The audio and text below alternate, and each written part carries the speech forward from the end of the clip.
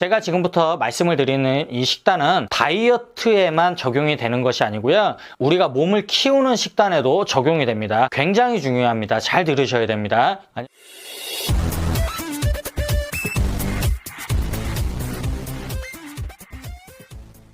안녕하세요, 양선수입니다. 제가 이렇게 카메라를 앞에다 세워놓고 촬영을 하는 거는 정말 오랜만인데 우리 회원님들께서 요즘에 제 얼굴을 제대로 못 보셨을 거예요. 제가 레슨하는 영상만 올렸기 때문에 못 본 사이에 제가 살이 굉장히 많이 쪘죠. 얼굴이 막 둥글둥글해지고 운동도 지금 3달 정도 아예 안 하고 있기 때문에 몸도 많이 빠져있는 상태고 식단도 전혀 챙기지 않고 있습니다. 일단은 목 디스크 치료가 우선이기 때문에 치료에 전념하고 있습니다. 오늘 제가 준비한 강좌는 바로 식단에 대한 것을 준비를 했습니다. 오늘 제가 알려드리려는 식단은 우리 회원님들께서 왜 다이어트를 하시는데 실패를 하시고 다이어트 후에 요요 현상이 일어나서 본래 체중으로 왜 다시 돌아가는지에 대해서 준비를 했습니다. 일단은 제가 지금 방금 들어왔고 식사를 못했기 때문에 식사를 먼저 좀 하겠습니다. 이거는 도시락인데요. 닭가슴살 도시락인데 제가 요즘에 식단을 전혀 안 하기 때문에 그냥 손에 잡히는 대로 먹는데 살이 너무 많이 쪄서 근육도 빠지는데 살까지 많이 쪄서 하루에 2끼 정도는 이렇게 도시락으로 먹으려고 주문을 했고요. 국내에서 나온 닭이에요. 그리고 여기 써져 있듯이 언더 299 이하 칼로리로 다 구성이 되어 있고 오늘은 여러 가지 맛이 있는데 요거 곤약, 현미, 야채 영양밥, 그리고 갈릭 닭가슴살, 비엔나 이 도시락으로 먹기로 하겠습니다. 냉동 상태에 있는 걸 그냥 빼신 다음에 위에 종이만 제거하시고 이 상태로 그냥 전자레인지에 넣으시면 돼요. 전자레인지 그냥 여시고 이 상태로 그냥 넣어서 3분 30초만 돌리면 됩니다.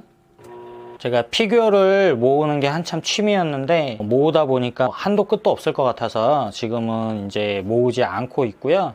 그동안 그냥 이렇게 취미 삼아서 모은 것들입니다.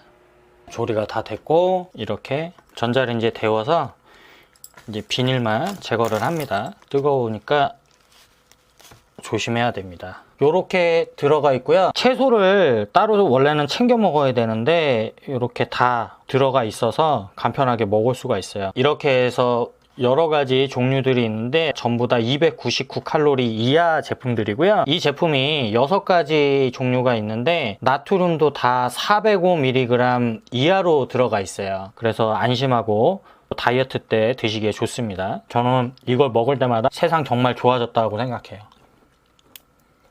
사람들이 뭐 운동이 어렵고 식사하는 게 어렵다 이렇게 하는데 저는 사실은 다이어트 할 때 제일 어려운 거는 운동, 식단 챙기는 게 제일 힘들더라고요. 피곤한데 집에 와갖고 조리하고 뭐 도시락 싸고 이런 일이 정말 힘들더라고요. 그래서 이렇게 편하게 먹을 수 있는 걸 선호합니다. 요즘에 너무 무분별하게 식사를 해서 운동을 다시 시작할 수 있을 때까지는 이걸로 식단을 하려고 하고 있어요. 종류가 되게 여러 가지라서 끼니마다 변경해가면서 먹고 있습니다. 가장 좋은 거는 일정하게 식사를 할 수가 있다는 거예요. 집에 숟가락이 없어서 젓가락도 이거 하나밖에 없습니다. 자, 지금 식사를 마쳤고요. 제가 지금부터 우리 회원님들께 이 다이어트 식단에 대해서 말씀을 드릴 겁니다. 그런데 제가 지금부터 말씀을 드리는 이 식단은 다이어트에만 적용이 되는 것이 아니고요. 우리가 몸을 키우는 식단에도 적용이 됩니다. 굉장히 중요합니다. 잘 들으셔야 됩니다. 지금부터 다이어트의 근본에 대해서 우리 회원님들께 자세하게 설명을 드릴 겁니다. 저의 경우에 대해서 먼저 우리 회원님들께 말씀을 드릴 건데 저는 다이어트 기간, 시즌 기간이라고 하죠. 시즌 기간에는요. 일주일에 6일 동안 운동을 하고요. 하루에 운동을 2번을 합니다. 그리고 한 번 운동할 때 1시간씩 해서 아침, 저녁으로 하루에 2시간 운동을 하죠. 그리고 강도는 거의 매번 동일하게 운동을 합니다. 내가 몸이 딱히 어디가 아픈 게 아니라면 동일한 강도로 진행을 합니다. 채소와 지방은 일정하게 드신다라는 걸 전제하에 말씀을 드릴 겁니다. 탄수화물과 단백질로만 말씀을 드릴 건데 저는 시합 준비를 할 때 탄수화물은 주로 고구마를 먹고요. 단백질은 닭가슴살을 먹습니다. 양은 얼만큼 먹냐면 하루에 4번 식사를 하고요. 한 끼에 고구마 200g, 닭가슴살 200g을 먹습니다. 총 하루에 고구마 800g 그리고 닭가슴살 800g과 채소와 지방을 섭취를 하죠.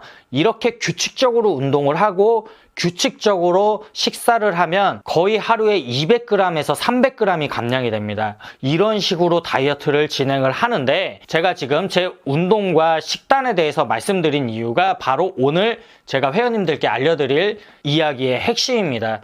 저는 제가 어떤 강도로 운동을 하고 어떤 종류의 식사를 얼마만큼 먹어야 내 몸이 어떻게 변하는지 확실히 알고 있습니다. 우리 회원님들께서 다이어트를 실패를 하시고 혹은 몸을 키우는 일을 실패를 하시고 다이어트 후에 다시 요요 현상이 일어나는 게 바로 이걸 모르셔서 그렇습니다. 자, 그러면 제가 우리 회원님들의 각자의 데이터를 뽑는 방식에 대해서 알려드릴 겁니다. 일단은 규칙적인 운동이 선행이 되어야 합니다. 예를 들어서 내가 일주일에 4회 운동을 하고요. 한 번 운동할 때 1시간 운동을 하시고요. 강도도 매번 동일하게 운동을 하신다면 될 수 있으면 이 운동 방식을 계속 유지하려고 하셔야 됩니다. 일단은 운동 강도와 시간이 규칙적으로 잡혀 있는 걸 전제하에 식단에 들어가실 수가 있습니다. 운동은 일단 규칙적으로 하고요. 그 다음에 식단은 예를 들어서 말씀을 드리면 아침에는 밥하고 닭가슴살을 먹습니다. 양도 일정하게 먹고요. 점심에는 회사에 출근을 하셔서 구내식당에서 드시는데 음식의 양과 영양 성분이 될 수 있으면 규칙적으로 드시도록 노력을 하셔야 돼요. 그리고 저녁에는 퇴근을 하시고 운동이 끝나시고 집에 오셔서 고구마랑 계란을 섭취를 하십니다. 이렇게 하루에 3번 식사를 하신다면 이 식단을 정확하게 정해 놓으시고 무슨 일이 있어도 최소 열흘간은 지켜보세요. 그리고 내 몸을 거울로 확인을 한번 해보세요. 그리고 체중을 재셔서 체중의 변화가 어떻게 되는지를 확인을 해보세요. 그 열흘 후에 나는 다이어트가 목적인데 체중이 살짝 늘어도 상관없습니다. 체중이 그대로여도 상관없습니다. 가장 중요한 건 그 열흘간의 데이터로 내가 내 몸에 대해서 알게 됐다라는 겁니다. 아, 나는 운동을 이렇게 하고 식사를 이렇게 하니까 몸이 이렇게 변하는구나. 체중이 이렇게 변하는구나. 일단 내가 나 자신에 대해서 확실히 아시고 다음 단계로 나가셔야 됩니다. 내가 만약에 열흘간을 운동을 이렇게 규칙적으로 하셨고요. 식사를 같은 양으로 이렇게 규칙적으로 드셨는데 열흘 후에 보니까 체중이 그대로입니다. 그러면 이 식단에서 아침, 점심, 저녁에서 탄수화물 양을 조금씩 줄이시는 겁니다. 혹은 운동 강도를 내가 유지했던 것보다 살짝 올려서 하시는 겁니다. 그리고 다시 일주일을 보냅니다. 그러면 그 일주일이 지난 후에 내 몸의 변화가 분명히 있겠죠. 그런데 체중이 빠지긴 빠졌는데 나는 체중을 빼는 속도를 조금 올리고 싶다라고 하시면 탄수화물 양을 더 줄이시면 되고요. 운동 강도를 더 올리셔도 됩니다.